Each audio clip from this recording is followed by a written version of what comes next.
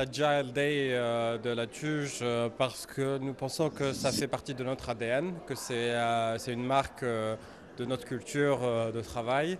C'est quelque chose sur lequel on base notre process de stimulation de l'innovation.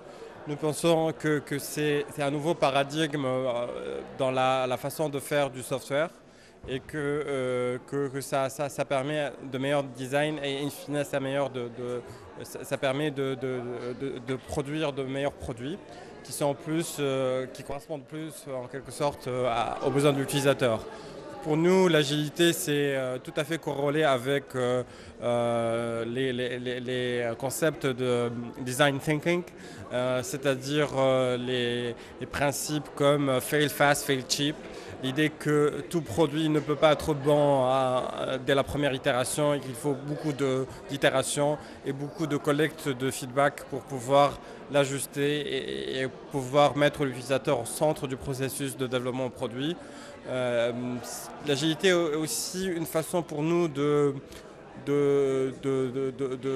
promouvoir l'innovation, sachant que dans des process classiques, ce qu'on fait, c'est qu'on réfléchit pendant des mois sur un produit et puis pendant des mois, on l'exécute et pendant des mois, on le teste et après, on le met sur le marché. Dans un process agile de développement produit software ou des produits comme le nôtre, comme Zoos.com, qui, comme vous le savez, ainsi rencontre par affinité.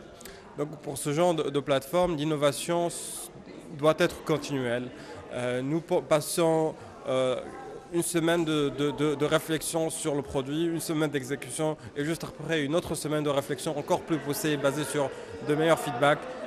On essaie de valider des hypothèses à chaque fois et on y arrive avec deux méthodes qui sont l'analyse de données, Big Data Analysis. Nous enregistrons l'activité de tous les utilisateurs qui passent sur le site. Aujourd'hui, on en a 50 000, ce qui nous permet de générer une quantité d'informations tout à fait pertinentes et suffisantes pour tirer des conclusions qui viennent du monde réel, pas de nos propres projections. Donc nous utilisons cette technique-là et nous essayons aussi d'écouter les utilisateurs. Nous organisons des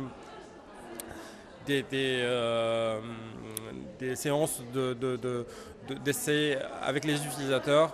On collecte aussi le feedback qualitatif. Donc avec ces deux techniques-là, nous arrivons à mettre l'utilisateur toujours au centre de tout ce que nous faisons pour ne pas l'oublier, pour ne pas être dans la théorie, dans les idées abstraites qui n'ont aucun lien direct avec la réalité. Aujourd'hui, pour arriver à avoir ces process agiles, nous nous appuyons sur deux éléments que nous pensons être absolument nécessaires, qui sont une culture spécifique par rapport à cette agilité et également des technologies spécifiques. Laissez-moi parler d'abord des technologies. Donc pour pouvoir justement essayer des choses de manière rapide, nous utilisons un framework qui est fait pour être agile, Ruby on Rails, où la logique derrière sa création et cette possibilité de faire des itérations rapides et de pouvoir s'adapter à ce genre de situation. L'un des principes de ce langage, par exemple, est bench a lot, merge a lot. C'est-à-dire qu'on fait beaucoup de versions et puis on les concatène ensemble pour justement à chaque fois récolter le feedback utilisateur et après pouvoir impliquer l'utilisateur en quelque sorte dans ce process de développement produit. Et l'autre élément aussi qui est technologique assez important qui est l'infrastructure que nous utilisons. Il est très important de pouvoir tester des fonctionnalités, même si elles sont très gourmandes en ressources. Le cloud computing aujourd'hui nous permet de faire cela. Aujourd'hui, nous pouvons acheter des centaines de serveurs pendant un jour ou deux pour tester une fonctionnalité bien définie. On voit les résultats et on ne s'engage pas sur des coûts fixes. Cette flexibilité est absolument nécessaire pour pouvoir justement donner libre cours à son imagination et à l'innovation que nous pourrions faire. Donc l'infrastructure est un élément clé. Mais la technologie, elle ne suffit pas justement pour engager ce process d'implication de l'utilisateur dans tout ce que nous faisons dans l'entreprise. Il est très important aussi d'avoir une culture de travail qui met l'utilisateur au centre de ce que nous faisons et qui met l'innovation comme une valeur culte pour l'ensemble des intervenants. Donc nous avons une culture de travail assez spécifique, peut-être en quelque sorte, qu'on s'est inspiré des modèles californiens de start-up où on passe énormément de temps dans les bureaux, où on donne tout ce qu'il faut à un développeur pour justement innover et donner le mieux de lui-même. On considère que les ressources qu'on a, ce sont des ressources précieuses. On a les meilleurs des développeurs et on les traite comme étant les meilleurs qui sont sur leur catégorie.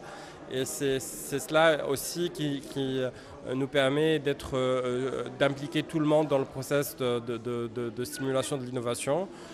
Parmi les techniques que nous utilisons pour ça, des weekly brainstorming sessions avec l'ensemble de l'équipe.